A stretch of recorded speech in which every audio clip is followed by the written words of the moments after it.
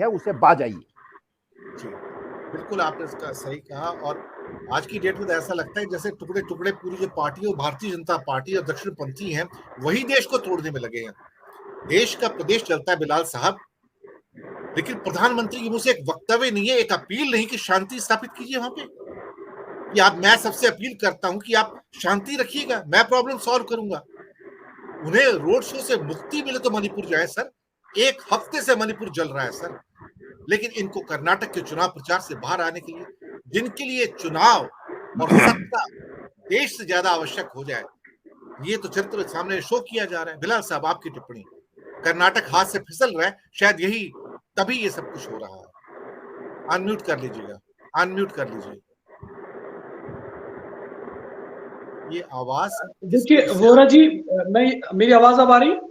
हाँ आ रही। चलिए, मुझे दादा की देखिए, हाँ मैं ये कहना चाह रहा था वोरा जी कि दरअसल जो कांग्रेस को इन्होंने आतंकवाद से जोड़ा है और आतंकवादी मानसिकता से जोड़ा है। दरअसल यहाँ पर जो कांग्रेस का इतिहास है, जो देश की आजादी में कांग्रेस का बलिदान है और जो कांग्रेस की कुर्बानियां हैं, दरअसल प्रधानमंत्री का उन कुर्बानियों और उस सेक्रीफाइस का ये सीधा सीधा अपमान है जो कांग्रेस पार्टी ने इस देश की आजादी की सबसे बड़ी लड़ाई लड़ी और गांधी जी के नेतृत्व में लड़ी। तो सही मायनों में ये कहा जाए कि ये गांधी का अपमान है।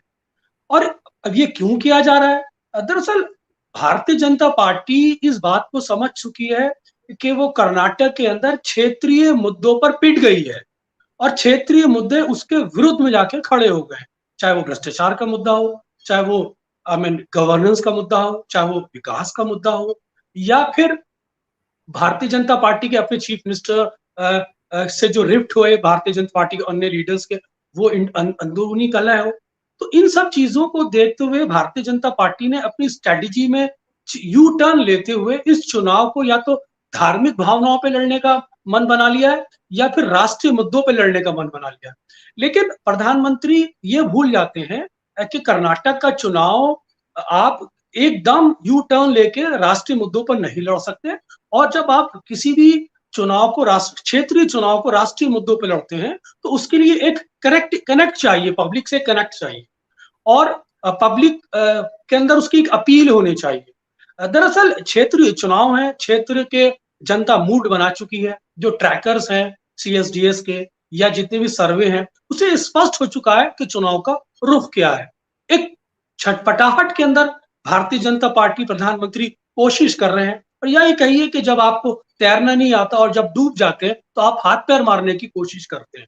तो ये वही अवस्था है भारतीय जनता पार्टी की, प्रधानमंत्री की। वो हाथ पैर मारने की कोशिश कर रहे हैं और इसी हाथ पैर मारने के चलते या तो वो राष्ट्रीय मुद्दों पर कर्नाटक के चुनाव लड़ना चाहते हैं, या धार्मिक मुद्दों पर चुनाव लड़ना चाहते हैं, या किसी को आउट ऑफ वे जाके ब्लेम करना चाहते हैं और आतंकवाद जी मानसिकता या आतंकवादी पार्टी कहकर ये सही मायनों में कांग्रेस का जो देश के लिए बलिदान है उसका अपमान कर रहा है। ये राष्ट्र का अपमान है, कांग्रेस का अपमान, ये राष्ट्र का अपमान है। और वो इस नैरेटिव को सेट करना चाहते हैं। दरअसल कभी भारतीय जनता पार्टी कांग्रेस को माइनॉरिटी अपीजमेंट के नाम पे आइसोलेट करना चाहती है, कभी वो आतंकवाद के नाम पे आइसोलेट करना चाहती है, कभी पुलवामा जैसी घटनाओं पर राष्ट्र विरोधी घटना के नाम पर या राष्ट्र देश विरोधी लोगों से मिले होने के नाम पर आइसोलेट करना चाहती है। तो ये भारतीय जनता पार्टी का एक वेल कंसीव्ड थॉट है और जो ये थॉट उन्हें संघ से प्राप्त होता है। भारतीय जनता पार्टी उस थॉट को कैरी करती है और प्रधानमंत्री भी उसी शाखा से आते हैं और उसी मानसिकता को अपने आप रखते हैं प्रधानमंत्री।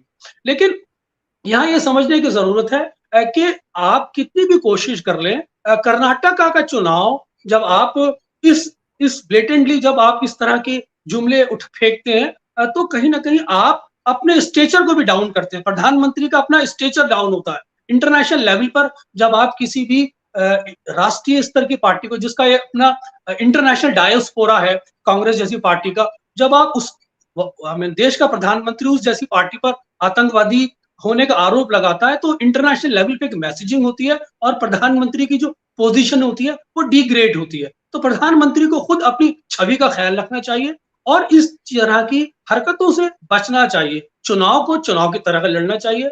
हार जीत होती है।